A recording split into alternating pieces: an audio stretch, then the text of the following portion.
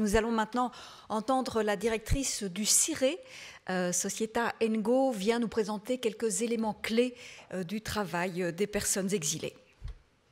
Merci beaucoup. Bonjour à toutes et à tous. Je vais clôturer effectivement cette matinée en saluant, comme d'autres, la thématique choisie pour cette conférence pour l'emploi et donc l'intérêt porté à la situation des personnes étrangères sur le marché du travail.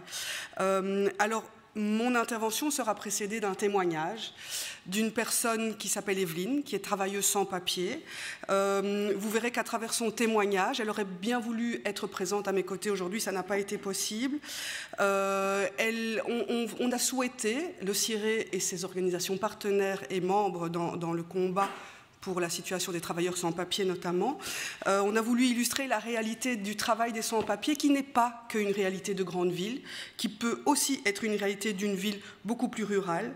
On a voulu aussi donner corps à cette réalité et à l'échelle qu'elle prend aujourd'hui sur le territoire belge. Je reviendrai sur les conséquences du travail des personnes sans-papiers et l'absence de données en la matière, parce qu'on parle beaucoup de taux d'emploi, mais en fait, qu'en est-il du taux d'emploi des travailleurs sans papier? Eh bien, les données sont inexistantes.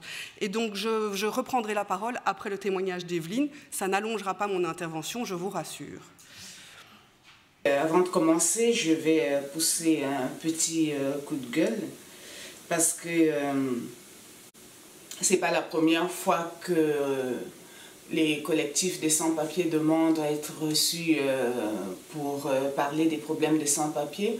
Mais ils sont toujours refusés, on leur a toujours refusé d'entrer, on les laisse à l'extérieur et on leur fait passer des interviews ou des vidéos qu'on va présenter alors que les sans-papiers n'attendent que ça, être là en présentiel pour parler directement aux politiques.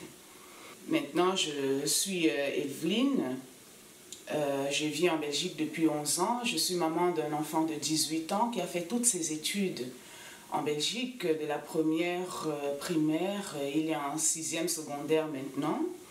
C'est un enfant brillant. J'ai 2 frères médecins et j'ai un frère professeur. J'ai un master en tourisme et hôtellerie. Et en Belgique, je me suis retrouvée en train de faire femme des chambres dans un hôtel à Rochefort, un hôtel Mercure. Je travaillais pour All Clean, qui est une société de nettoyage qui travaille pour un sous-traitant Orisma. Le travail des femmes de chambre est un travail très difficile. Il n'y a pas que les femmes de chambre, toutes les travailleuses domestiques.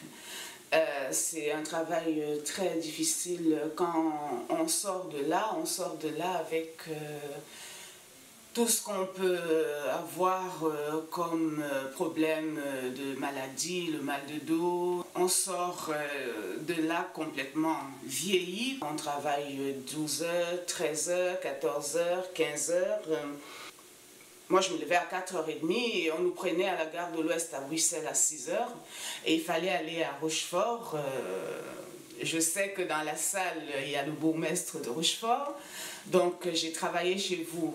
J'arrivais à Rochefort à 9h et je partais de Rochefort à 22h, 22h30, sachant que c'était pendant le couvre-feu et pendant la pandémie.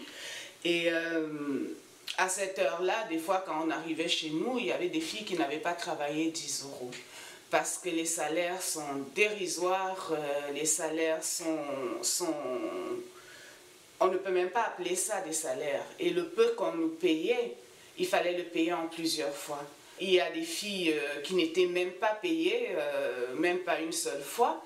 Si je parle de ma propre expérience, moi j'ai été payée 2 fois et après, jusqu'à aujourd'hui, je suis en train d'essayer de récupérer tous mes autres salaires parce que je n'ai pas été payée. Les filles, elles subissent toutes sortes de violences. Elles subissent des viols, elles subissent du stress, elles subissent des insultes.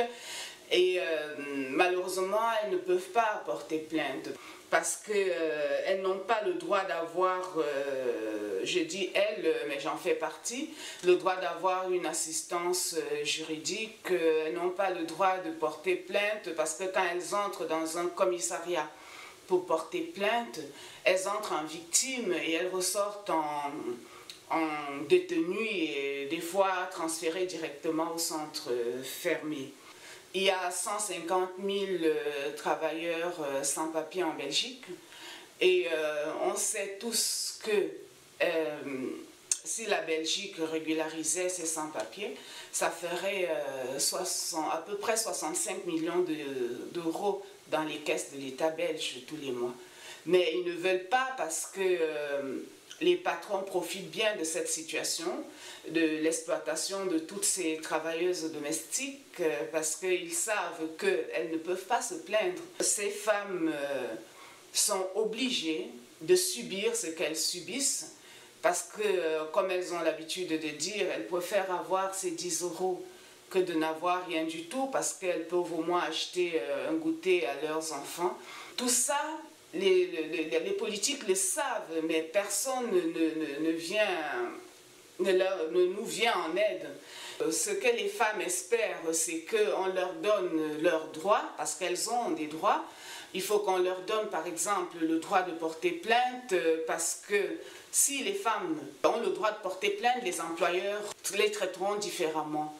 Et ce que les travailleuses domestiques demandent aussi, c'est qu'on peut leur donner un permis de séjour pendant la durée de la plainte, juste pour les protéger.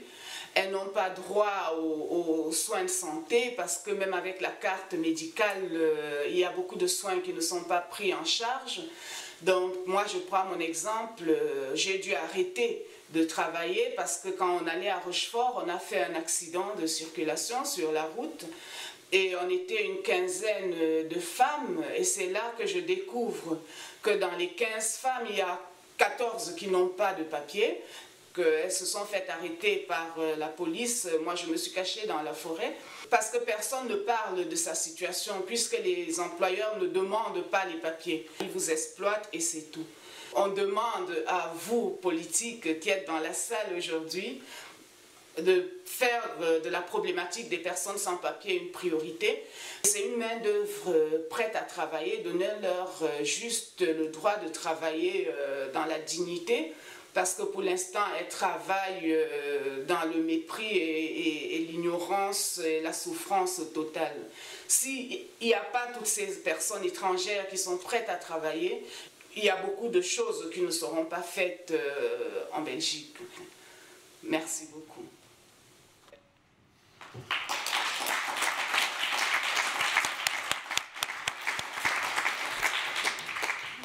Merci pour elle. Alors, je vais compléter et mon propos va résonner notamment avec ce que Evelyne a déjà dit ici. Donc, cette matinée a été riche en données.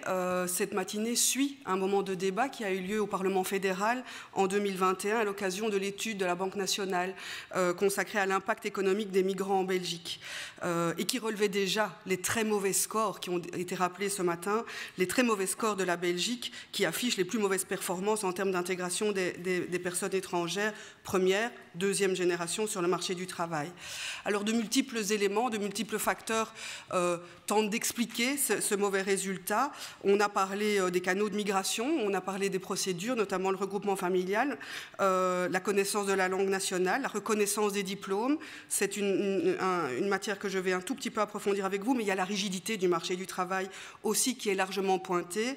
Et j'ai retenu des échanges qui ont eu lieu à la Chambre en 2021 qu'il y a eu des constats communs qui ont été portés, notamment par la FEB, par l'OCDE, communs avec ceux du CIRE, avec toute sa modestie sur le fait que le marché du travail était très rigide à l'égard des personnes étrangères et que c'est probablement le principal motif qui explique le très mauvais score de la Belgique.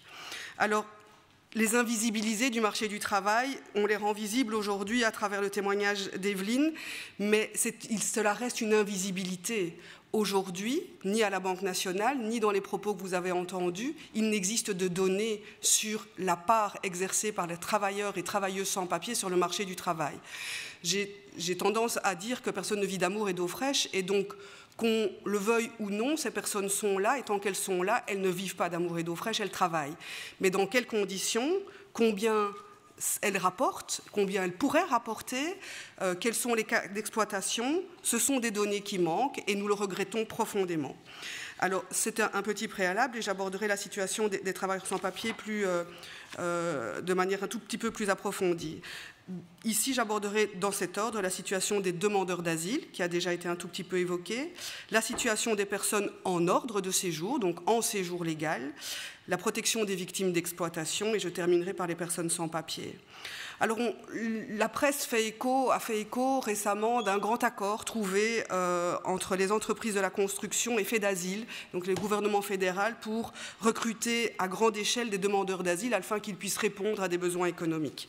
Alors, le CIRE plaide depuis longtemps pour l'insertion socio-économique des demandeurs d'asile dans leur intérêt, pour donner du sens au temps de la procédure, notamment pour outiller les personnes, quel que soit leur avenir. Toutefois, on ne peut pas considérer que les demandeurs d'asile sont la catégorie d'étrangers la plus susceptible d'aider les professionnels qui sont en manque de main-d'œuvre, les secteurs en pénurie. La construction fait partie de ces secteurs, ça n'est pas le seul. Les professionnels de la santé ont profondément manqué en cette période de pandémie, et nous avons pu observer à quel point les professionnels de la santé étrangers, en séjour régulier, continuait de faire l'objet de nombreux blocages qui ne relèvent pas de la discrimination, si ce n'est de la discrimination structurelle. Parce que, ça a déjà été dit, la discrimination n'est pas nécessairement un phénomène voulu et choisi en tant que tel. C'est parfois l'application d'un système. Alors pourquoi les demandeurs d'asile ne sont pas la catégorie la plus à même de pouvoir répondre aux besoins économiques des secteurs ou des employeurs? Mais c'est parce que ces personnes sont en procédure d'asile. Je pourrais cyniquement dire qu'on ne peut pas faire de détournement de procédure. On vient pour demander l'asile en Belgique, on n'est pas là pour travailler. C'est ce qui est dit aujourd'hui à des personnes qui arrivent par un autre canal de migration et qui finalement pourraient répondre à un besoin économique. Alors, manifestement, il y a une ouverture là-dessus, et j'ai entendu la revendication des organisations syndicales que je rejoins, bien évidemment, parce qu'aujourd'hui, qu'est-ce qui se passe avec ces demandeurs d'asile qui sont mis en relation avec un employeur? Eh bien, le jour où leur procédure d'asile se termine, la relation de travail se termine aussi. Même si les deux parties sont très satisfaites de cette relation de travail, l'employeur ne pourrait pas obtenir l'autorisation de continuer à employer son travailleur. Ce travailleur ne pourrait pas changer de statut, parce que c'est le nom de cette procédure, changer de statut pour dire « je suis arrivé comme demandeur d'asile, je vais continuer ma procédure d'asile, mais en parallèle, je demande une autorisation de séjour grâce à ma qualité de travailleur étranger. » Aujourd'hui, ça n'est pas possible. Et donc, le CIRE rejoint évidemment la revendication portée par les organisations syndicales pour permettre aux demandeurs d'asile qui travaillent, d'autant plus si c'est une volonté du gouvernement, de pouvoir travailler dans le long terme et dans la confiance. Ça permettra de répondre aux besoins des employeurs qui auraient trouvé un travailleur compétent pour répondre à leurs besoins, mais ça répondra aussi à un besoin économique d'une personne qui pourrait se projeter un peu plus durablement que sa procédure d'asile en Belgique. Un autre blocage auquel sont confrontés les demandeurs d'asile, c'est la rétrocession, ça a aussi été évoqué ce matin, la rétrocession de leurs revenus qu'ils doivent faire au bénéfice de FEDASIL. Aujourd'hui, un demandeur d'asile est hébergé par FEDASIL dans une structure communautaire. Si ce demandeur d'asile perçoit des revenus professionnels et qu'il dépasse 500 €, le demandeur d'asile doit rétrocéder 70% à FEDASIL. 70%. Alors bien sûr, la logique, elle est comprise. L'État prend en charge l'accueil de ces personnes. Il est donc très logique que la personne qui obtient des revenus professionnels contribue aux frais de son accueil. 70%, c'est peut-être une contribution un tout petit peu disproportionnée. Alors, après ce schéma rapide de la situation des demandeurs d'asile, qui tend à montrer que ça ne peut pas être, cette catégorie ne peut pas être la catégorie de personnes étrangères à laquelle on va s'ouvrir manifestement, et ça va répondre aux besoins économiques de la Belgique. Je viendrai vous expliquer la situation des personnes en séjour légal et qui ont un diplôme étranger. Ça s'appelle l'équivalence de diplôme. L'équivalence de diplôme, c'est une compétence communautaire.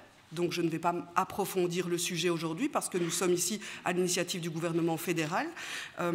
Mais à travers quand même les compétences communautaires pour la reconnaissance des diplômes étrangers, nous pouvons voir à quel point les blocages sont nombreux. Et j'ai déjà évoqué les blocages auxquels ont été confrontés les professionnels de la santé pendant cette période de pandémie, mais ces blocages ont touché et continuent de toucher l'ensemble des professions. Il faut savoir, et le CIRE a une expertise vraiment sur la Fédération Wallonie-Bruxelles, et tout particulièrement sur Bruxelles, et donc les constats que je vais ici énumérer ne sont propres qu'à la Fédération Wallonie-Bruxelles. Nous suivons aussi de près la politique menée par le NARIC Vlaanderen et la communauté germanophone. On ne peut pas étendre les constats que je vais faire aux deux autres communautés. Alors, la procédure en communauté française est d'un formalisme sans nom, même si, on le reconnaît, des améliorations ont été apportées récemment et on les salue. Mais les blocages continuent d'être encore trop nombreux que pour ne pas être pointés et expliquer un tout petit peu. Alors le formalisme, c'est par exemple exiger d'un réfugié, architecte, la maquette de fin de projet, de fin d'études, parce que vous savez, en Belgique, les études d'architecte, elles sont clôturées par une maquette finale présentée devant un jury et qui détermine si on obtient le diplôme. Eh bien, puisque la logique est de regarder si le cursus à l'étranger est le même, est équivalent au cursus organisé en Belgique, eh bien, pas de maquette, pas d'équivalence de diplôme. Et donc, allez dire ça à un réfugié, allez dire aujourd'hui à un réfugié ukrainien, avez-vous pris votre maquette de fin d'année ? On préfère en rire aujourd'hui, mais je vous assure que les personnes qui y sont confrontées en pleurent. Le coût de la procédure, et j'insiste tout particulièrement sur le coût parce qu'il y a une grande différence entre les politiques menées entre les communautés. En Fédération Wallonie-Bruxelles, en moyenne, les frais de la procédure pour une équivalence de diplôme s'élèvent à 150 €, auxquels s'ajoutent les traductions jurées et les copies certifiées conformes, impossibles à obtenir quand une administration communale est fermée en raison d'une pandémie, mais qui sont quand même exigées. Alors, à côté du coût et du formalisme, il y a une tendance générale à sous-estimer, à dévaloriser les diplômes et les cursus. Il y a certaines nationalités qui n'obtiennent jamais d'équivalence de diplôme, jamais. Et donc nous avons, au CIRE, nous avons un service équivalence de diplôme, nous avons parfois des médecins qui ont été chefs de clinique pendant 20 ans et qui doivent envisager de reprendre une formation en santé publique parce que jamais on ne leur reconnaîtra leur diplôme ou tout au plus on leur reconnaîtra une expérience d'aide-soignant. Ces freins ne sont pas là uniquement pour charger une administration, une politique, c'est parce qu'aujourd'hui nous commençons, vous allez commencer une conférence sur l'emploi et des débats vont avoir lieu et ces freins ne sont pas dénués d'enjeux.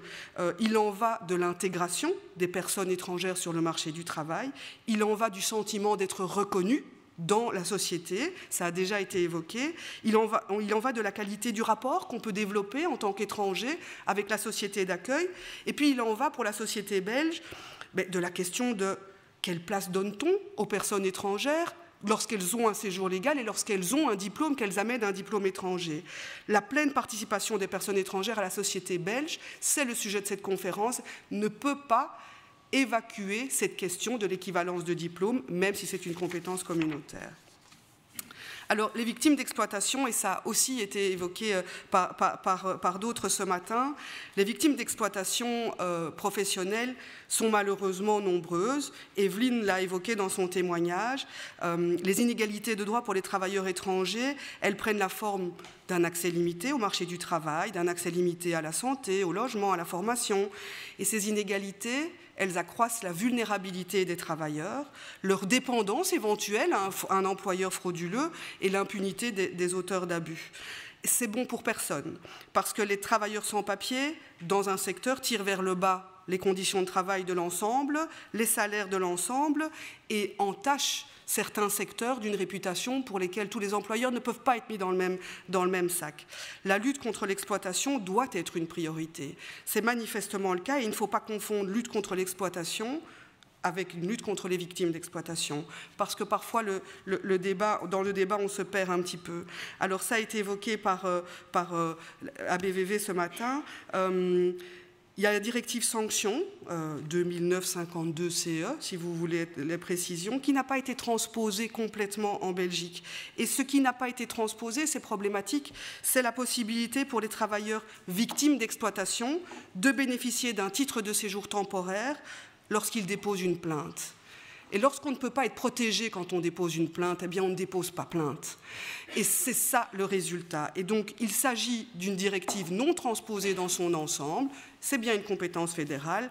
On espère que cet après-midi et demain, cette question pourra être mise sur la table. J'insiste tout particulièrement aussi pour dire que la situation des employeurs est impactée par cette situation de non-protection des victimes d'exploitation. Parce que les employeurs qui n'abusent pas de leurs travailleurs, et qui sont respectueux du droit du travail, ils sont mis en concurrence avec des collègues qui emploient des travailleurs sans papier et qui peut tirer des profits bien plus larges que celui qui utilise un travailleur légitime, régulier et qui respecte les droits de ce travailleur. Alors, je terminerai par la situation des personnes sans papier et je vais vous parler du permis unique. On n'a pas beaucoup parlé du permis unique et pourtant, le permis unique, c'est le sésame. C'est le sésame qui permet à un travailleur étranger d'obtenir en même temps le séjour et l'autorisation de travail. Le temps où il y avait d'abord une autorisation de travail et puis une autorisation de séjour est révolu. Aujourd'hui, c'est le permis unique. Ce permis unique est un petit peu rigide et on a pu tester, le Covid nous a permis de tester sa rigidité, puisque nous avons eu avec nos partenaires, les organisations syndicales, plusieurs cas de professionnels de la santé et notamment le cas d'un infirmier formé en Belgique lorsqu'il était encore en séjour légal comme étudiant. Il a été formé, il avait un diplôme bien belge et puis il est devenu sans papier. Et au pic de la pandémie, un hôpital wallon a voulu l'engager, a donc initié la procédure de permis unique. Eh bien, ça a été une réponse négative. Pourquoi ? Parce que la personne est sans papier. Et donc, aujourd'hui, il y a une compétence croisée entre les régions qui sont censées regarder les besoins économiques, le niveau fédéral qui est censé regarder le statut de séjour, et en fait, on ne regarde que le statut de séjour et pas le besoin économique. Et on reproche à un aide-soignant ou un infirmier en période de pandémie d'être en séjour irrégulier. On préfère faire appel à des bénévoles dans les hôpitaux plutôt qu'à des professionnels, même si ça mérite de délivrer un titre de séjour à une personne sans papier. Alors, le CIRE demande avec ses membres et partenaires la réforme de la législation fédérale pour rendre le permis unique accessible depuis le territoire aux personnes sans titre de séjour. Et ça tombe bien parce que l'accord de gouvernement de septembre 2020, l'accord de la Vivaldi, précisait lui-même qu'afin de répondre aux besoins du marché du travail, la réglementation en termes de permis de séjour unique sera adaptée en concertation avec les régions et les partenaires sociaux. Je pense que la journée et demie de discussion serait vraiment la bonne occasion de réfléchir à la rigidité du permis unique. Aussi le lien avec un employeur unique, ça fait partie, je pourrais vous développer les aspects de la rigidité du permis unique en long et en large, mais je respecterai mon temps de parole et je m'arrêterai ici en ayant évoqué les nombreux blocages et donc les nombreux leviers concrets après les constats qui ont été dressés pour pouvoir agir réellement et obtenir les bons leviers pour relever l'insertion socio-économique des personnes étrangères en Belgique. Je vous remercie.